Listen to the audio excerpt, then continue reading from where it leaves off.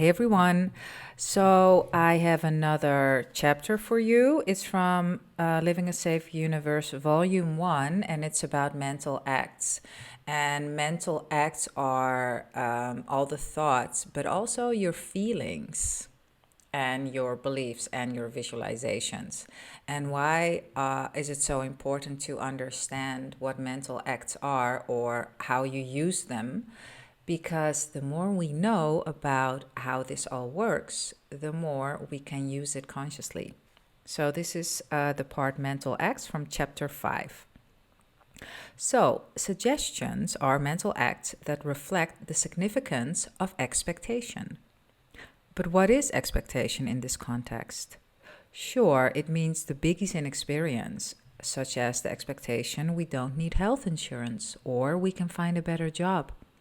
But it also encompasses the expectation our patio chair, will be there when we awake.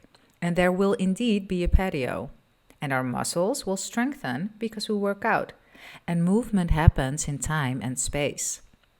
Whether the suggestion is acceptance of a rude assumption agreed to by all, or a new idea we personally come to embrace, such as a flu shot affords protection, suggestions create.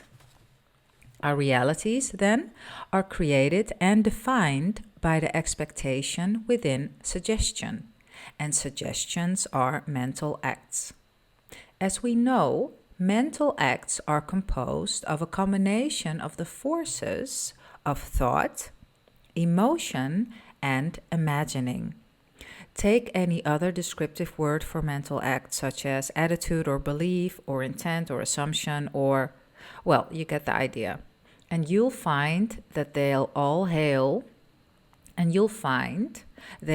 back singly or in a combination to these super powerful three basics.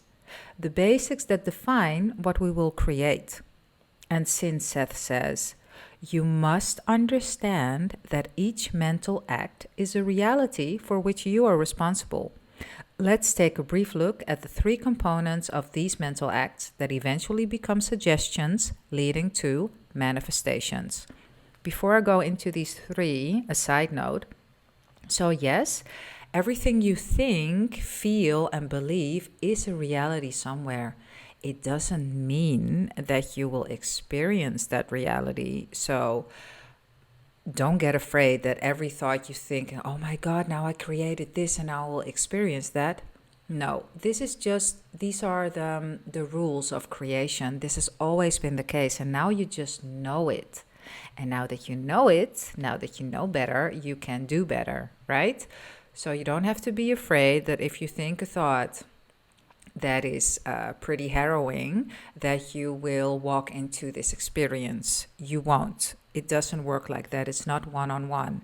And it's good to know that everything you think and feel, believe, every mental act, it's a reality instantly somewhere out there in the interspaces. Yes? Okay. So the first one, thought. Seth calls thought an unsurpassable force. He says it is almost as if our thoughts punch the keys of some massive computer because they do indeed have a force. He also tells us thoughts have a reality and psyche content that has form and shape. And when we finally perceive it, thought has taken on camouflage's bulk. That is, it has become objects and events in our reality. And that is why Seth says, your subjective world causes your physical experiences. See your thoughts as the real events. Onto emotion. To get a sense of the dynamic strength of emotion, here's Seth. Any strong emotion carries within it far more energy than, say, that required to send a rocket to the moon. Emotions bring intensity to our thoughts, which make the combination very powerful.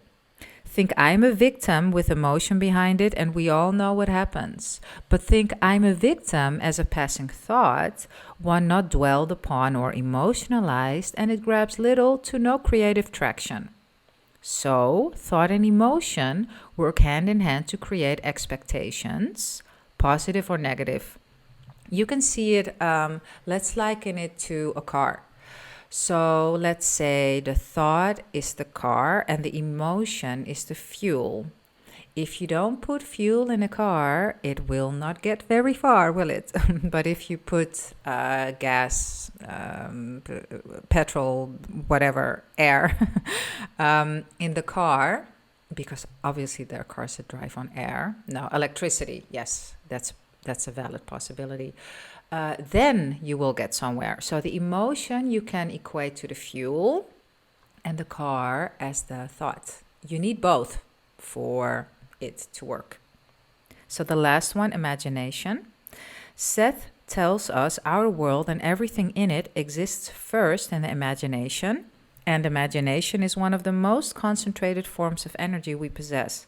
So once more, we're introduced to an incredibly powerful force, one like emotion and thought that drives creation.